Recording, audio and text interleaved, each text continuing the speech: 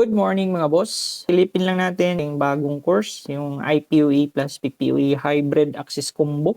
Meron po tayo dito ang 1, 2, 3, 4, 5 module sa loob ng course. Isa-isahin natin yung mga modules, PPPoE setup. So dito explain natin konti yung about sa VLAN, and then kung paano gumawa ng interface, tapos yung bridge, gagawin natin siyang trunk port.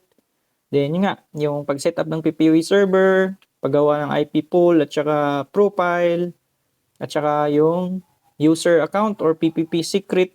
And then if ever wala kang OLT, MediaCon muna yung no VLAN na PPoE server kung paano. Okay?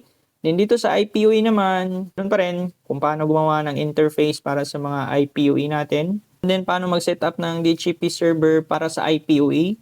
Then importante itong scripting, paano natin malagyan ng automatic limit yung ating mga IPoE user with burst. Sa script na yan meron at downloadable po siya. And then dito sa payment reminder, firewall rules for both PPoE and IPoE. Then yung web proxy settings, para pa rin sa dalawa. Then yung payment reminder, mag-generate tayo ng portal HTML gamit si ChatGPT.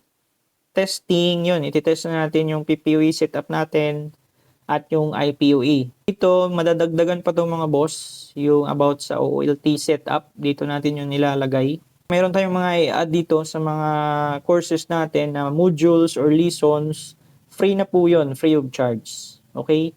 Parang update lang.